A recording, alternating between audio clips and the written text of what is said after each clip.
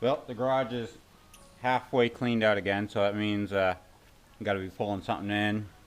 Need some work. And the next thing is the Ford 8N.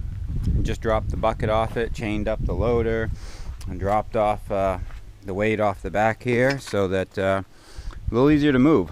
I got a ring gear that's messed up from a starter that's messed up, so new starter and ring gear are on the way. Also got a solenoid, and I figure I'll get whatever else I need. Once I get in there, I'll just order whatever else there is, but I figured I'd get the basics on the way before I get started. This one is converted to 12 volt, has electronic points, electronic ignition. There's no points actually, it's a little box that goes in there and replaces them. I did not do the swap.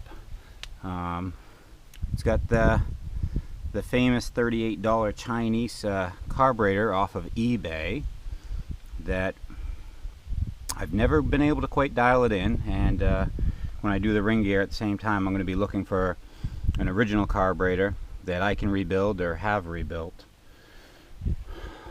Did new plugs in it the other day.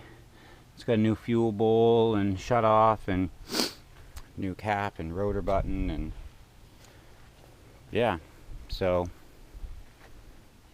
the Goblin got pushed out of the way to be able to do this project.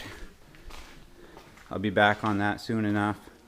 The state's not going to let me register it here, so I'm going to have to register it in another state and then drive it here, so really they're the only ones who lose on that. I think it's actually going to be cheaper for me to register it out of state, but I did try to do it the correct way first, and if they don't want the money, I'll give it to somebody else. But yeah, let me see if I can get that